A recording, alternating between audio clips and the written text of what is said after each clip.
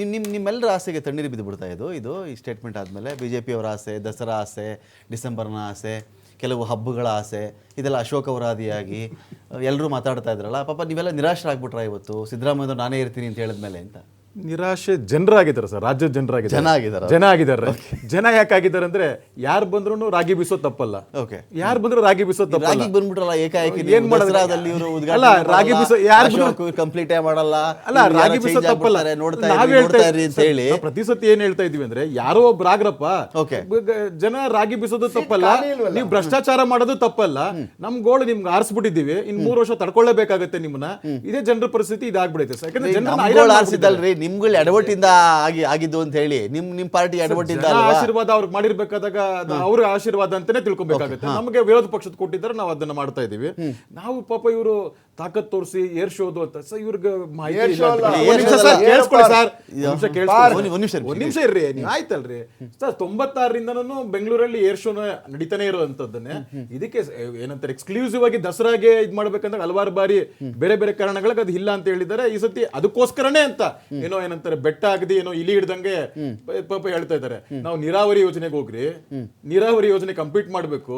ಬಚಾವತ್ ಆಯೋಗದಲ್ಲಿ ನಮ್ಮ ಮೇಲೆ ಕಂಪ್ಲೇಂಟ್ ಮಾಡಿದ್ದಾರೆ ಬೇರೆಯವರು, ಇನ್ನು 524 ಅಡಿ ಆಗಲ್ಲ, ಅದಕ್ಕೆ ಹೋಗ್ರಿ, ಮಹದಾಯಿಗೆ ಹೋಗ್ರಿ, ಬೇರೆ ಬೇರೆದಕ್ಕೆ ಹೋಗ್ರಿ ಅಂದ್ರೆ ಪಾಪ ಇವ್ರು ಏರ್ ಶೋಗೆ ಹೋಗಿದ್ದಾರೆ. ಇನ್ನೆಷ್ಟು ಅದು ಪವರ್ಫುಲ್ ಸಿಎಂ ನಾವ್ ಹೇಳಿದ್ವು ಸರ್. ನಾವು ಅವ್ರ ಸಿಎಂ ಅಂತ ಒಪ್ಕೊಂಡ್ಬಿಟ್ಟು ರಾಜ್ಯದ ಜನನೇ ಒಪ್ಕೊಂಡ್ಬಿಟ್ಟಿದ್ವಿ.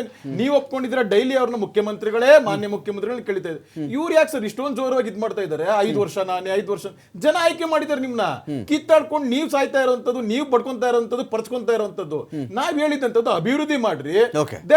21,000 ಕೊಠಡಿಗಳು, ಇದು ಶಾಲೆ ಕೊಠಡಿಗಳು ಸೋರ್ತಾ ಐತೆ, ಬಿಸಿ ಊಟ ಇಲ್ಲ, ಸಾಕ್ಸ್ ಇಲ್ಲ, ಜನರಿಗೆ ಮಕ್ಕಳಿಗೆ ಸೋರ್ತಾ, ಅದನ್ನ ಇದ್ ಮಾಡ್ರಿ. ನಿಮ್ಗೆ ಗುತ್ತಿಗೆಗೆ ಓಲೈಕೆಗೆ ಮಾಡ್ತೀರಾ, ವಸತಿಗೆ ಓಲೈಕೆಗೆ ಮಾಡ್ತೀರಾ, ಏನಾದ್ರೂ ಮಾಡ್ಕೊಟ್ರೆ ಆಡಳಿತ ಒಂದು ಬಿಟ್ಟು ಭ್ರಷ್ಟಾಚಾರದಲ್ಲಿ ಮುಳುಗಿರೋಂಥದ್ದಕ್ಕೆ ಇವ್ರಿಗೆ ಏನ್ ಹೇಳಕ್ಕಾಗುತ್ತೆ ಸರ್? ಅದಲ್ಲಿ ಇವ್ರಿಗೆ ಏನ್ ಹೇಳಕ್ಕಾಗತ್ತೆ? ಇಲ್ಲ ಸಿಎಂ ಅಂದ್ರೆ ಅವ್ರು ಆಗ್ತಾರೆ, ಇಲ್ಲ ಎಂಕ ಸೀನಾ, ಇಲ್ಲ ಇನ್ನೊಬ್ರು ಯಾರೋ ಒಬ್ರು ಆಗ್ತಾರೆ ಅಷ್ಟೇ. 3 ಜನ ನಾಣಿ ಅದ್ರಲ್ಲಿ ಯಾರು ಎಂಕ, ಯಾರು ಸೀನಾ, ಯಾರು ನಾಣಿ ಗೊತ್ತಿಲ್ಲ. ಅದಲ್ಲಿ ಅವ್ರ ತೀರ್ಮಾನ ಮಾಡ್ಕೋಬೇಕು. ಈಗ ನಮ್ಮ ರಾಜ್ಯದಲ್ಲಿ ಅಪೋಸಿಷನ್ ಪಾರ್ಟೀಸ್ಗೆ ಏನು ಇಶ್ಯೂ ಇಲ್ದೇನೆ ಮುಖ್ಯಮಂತ್ರಿ ಚೇಂಜ್ ಅಂತ ಅವ್ರು ಮಾತಾಡ್ತಾ ಇದ್ದಾರಾ, ಅಥವಾ ಕನ್ಸ್ಟ್ರಕ್ಟಿವ್ ಆಗಿ ನಿಮ್ಮನ್ನು ಸೇರಿಸಿ ಏನೋ ಒಂದು ಫೈಟ್ ಮಾಡಿದ್ದೀರಾ ಇವ್ರ ಮೇಲೆ ಅಂತ? ಒಂದು ಕನ್ಸ್ಟ್ರಕ್ಟಿವ್ ಆಗಿ, ರಚನಾತ್ಮಕವಾಗಿ, ಸಂಘಟನಾತ್ಮಕವಾಗಿ ಏನಾರ ಮಾಡಿದ್ದೀರಾ ನೀವು ಅಂತ? ಈಗ ಅವ್ರು ಸಿಎಂ ಅವರಿದ್ರೆ ಏನು, ಯಾರಿದ್ರೇನು, ಸರ್ಕಾರ ಬೀಳಲ್ಲ ಅಲ್ಲ. DK ಇದ್ರು ಆದರೂ ಸಿಎಂ ಆಗಬೇಕು, ಇಲ್ಲ ಸಿದ್ದರಾಮಯ್ಯನವರಾದರೂ ಆಗಬೇಕು, ಪಾಟೀಲ್ರಾದರೂ ಆಗಬೇಕು, ಜಾರಕಿಹೊಳಿ ಯಾರೋ ಒಬ್ರು ಆಗಲೇಬೇಕಲ್ಲ. ಆ ಕುರ್ಚಿ ನೀವು ಅಲ್ಲಾಡಿಸ್ಬಿಟ್ಟು ಸರ್ಕಾರ ಬೀಳ್ಸ್ಬಿಡೋದಿಲ್ಲ. ಜಾತಿವಾರು ಹೋರಾಟಗಳು ನಡೀತಾ ಇದೆ ರಾಜ್ಯದಲ್ಲಿ. ಕೆಲವು ಸ್ವಾಮೀಜಿಗಳು ಇಲ್ಲ ಇವರೇ ಆಗ್ಬೇಕು, ಇವ್ರು ನಮ್ಮ ಜಾತಿಯವರು, ಇವರು ಇಲ್ಲ ಇವರು ಹಿಂದುಳಿದವರು, ಇವರೇ ಇರಬೇಕು. ಈ ತರ ಸ್ವಾಮೀಜಿಗಳಾಗ್ಬೋದೋ, ಇನ್ನ ಕೆಲವು ಸ್ವಾಮೀಜಿಗಳು ಅಥವಾ ಜಾತಿ ಮುಖಂಡರುಗಳು ಇವ್ರುಗಳು ಈ ಸ್ಟೇಟ್ಮೆಂಟ್ಗಳು ಕೊಡ್ತಾ ಇದ್ದಾರೆ. ಒಂದ್ ನಿಮಿಷ ಸರ್, ಕ್ಲಾರಿಟಿ ಕೊಡ್ತಾರೆ. ಎಲ್ಲಾ ಸ್ವಾಮೀಜಿಗಳು ಓಟ್ ಸೇರಿಸಿದ್ರು 150 ಓಟ್ ಆಗಲ್ಲ. ಅದ್ರ ಸೆಕೆಂಡ್ರಿ ಅಂದ್ರೆ ಅವರು ಜನಾಂಗ ಪ್ರತಿನಿಧಿಸ್ತಾರೆ ಅನ್ನೋ ಲೆಕ್ಕಕ್ಕೆ. ಇಲ್ಲಿ ಏನಾಗ್ತಾ ಇದೆ ಅಂದ್ರೆ ರಾಜ್ಯದಲ್ಲಿ ಇವತ್ತು ಪವರ್ ಶೇರಿಂಗ್ ಕಚ್ಚಾಟ. ಈಗ ಸಿಎಂ ಒಬ್ರಿಲ್ಲ, ಇಲ್ಲಿ ಇಬ್ರು, CM 1 CM 2 ಅಂತ. ಅದು DCM ಅಲ್ಲ, CM 1 CM 2 ಅಂತ. ಅಂದ್ರೆ ಇವತ್ತು ಸಿದ್ದರಾಮಯ್ಯನವರು ಯಾವ ಲೆವೆಲ್ಗೆ ಬಂದಿದ್ದಾರೆ ಅಂದ್ರೆ ಅಧಿಕಾರ ಇದ್ರೂ ಕೂಡ ಅವರು ಪವರ್ಲೆಸ್ ಎಷ್ಟೋ ಇಲಾಖೆಗಳಲ್ಲಿ. ಇವತ್ತು ಭ್ರಷ್ಟಾಚಾರ ಯಾವ ಲೆವೆಲ್ಗೆ ಹೊರಟೋಗಿದೆ ಅಂದ್ರೆ ಅವರು DCM ನ ಕಂಟ್ರೋಲ್ ಮಾಡೋ ಒಂದು ಪರ್ಸೆಂಟೇಜ್ ಶಕ್ತಿ ಇಲ್ಲ, ನಿಶಕ್ತಿಗೆ ಹೊರಟೋಗ್ಬಿಟ್ಟಿದ್ದಾರೆ. ಇವತ್ತು ಯಾವ ಲೆವೆಲ್ಗೆ ಅಂದ್ರೆ ಸಿದ್ದರಾಮಯ್ಯನವರು ಫೆವಿಕಲ್ ಹಾಕೊಂಡು ನಾನೇ CM, ಇವತ್ತು ನಾನೇ CM, ಇನ್ಯಾರು ಇಲ್ಲ ಅನ್ನೋ ಪರಿಸ್ಥಿತಿಗೆ, ಹೀನಾಯ ಪರಿಸ್ಥಿತಿಗೆ ಬಂದಿದೆ ಕರ್ನಾಟಕದಲ್ಲಿ. ಯಾಕಂದ್ರೆ ಇದು ಅಸಹಾಯಕ ಪರಿಸ್ಥಿತಿ. ಮತ್ತೆ ಇನ್ನೊಂದು ಹೈಕಮಾಂಡ್ಗೂ ಗೊತ್ತು, ಇಲ್ಲಿ ಹೈಕಮಾಂಡ್ಗೆ ಗೊತ್ತಿರೋದೇನಂದ್ರೆ DK Shivakumar loyal to party, investment to the party ಅಂತ ಗೊತ್ತು.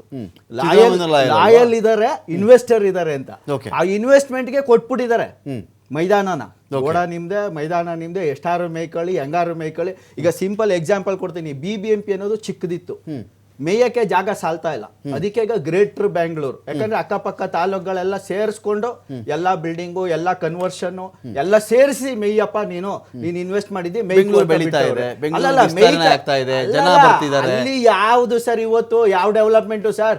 ಇವತ್ತು ಒಂದ್ ಕಡೆ OC ಕೊಡಲ್ಲ, CC ಕೊಡಲ್ಲ ಅನ್ಕೊಂಡು ಎಲ್ಲ ಅಡಿ ಲೆಕ್ಕದಲ್ಲಿ 100 ರೂಪಾಯಿ 50 ರೂಪಾಯಿ ಅಂತ ಫಿಕ್ಸ್ ಮಾಡ್ಕೊಂಡು ಕನ್ವರ್ಷನ್ ಮಾಡಕ್ ಬಿಡದೆ ಸಾವಿರಾರು ಕೋಟಿ ಲೂಟಿ ಹೊಡಿತಾ ಇದ್ದಾರೆ. ಇನ್ನೊಂದ್ ಕಡೆ ಇವ್ರು ಹೇಳೋದೇನೋ ಸಿದ್ದರಾಮಯ್ಯನವರು ನಾನೇ CM.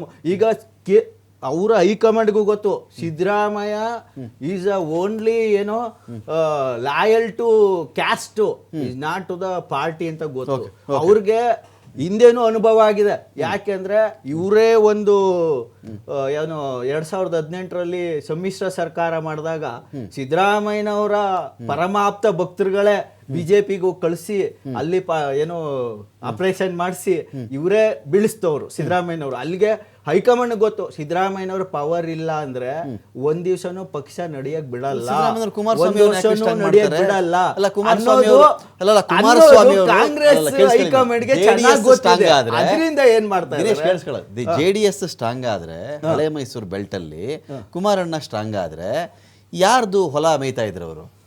ಯಾರು ಕಾಂಗ್ರೆಸ್ ಹೊರಳೆ ಮೇಯ್ತಾ ಇದ್ದಿದ್ದು, ಕಾಂಗ್ರೆಸ್ ಮತಗಳನ್ನ ತಿಂತಾ ಇದ್ದಿದ್ದು. ಯಾರ ಎಲ್ಲೇ ಮೇಯ್ದ್ರು ಸ್ಟ್ರಾಟಜಿ ಅಂತಾರೆ.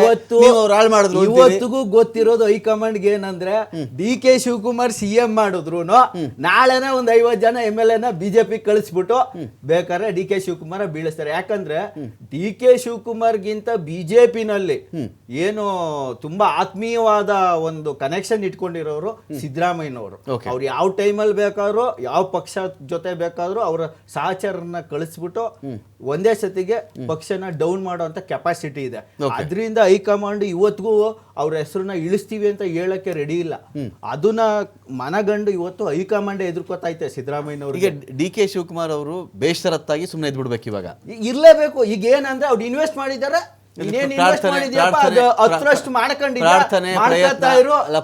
ಪ್ರಾರ್ಥನೆ ಅಂತ ಮಾಡ್ಕೊತಾ ಇರು ಅಷ್ಟೇ. ನೀನ್ ಹಾಕಿದ್ಯಾ ಬಂಡವಾಳ, ನೀನೇನಪ್ಪ ದುಡ್ಡು ಹಾಕಿದ್ಯಾ, ದುಡ್ಡು ಮಾಡಿ. ಇಷ್ಟೊಂದು ಈಸಿ ಇದೆಯಾ ಇವತ್ತು ನಡೀತಾ ಇರೋದು.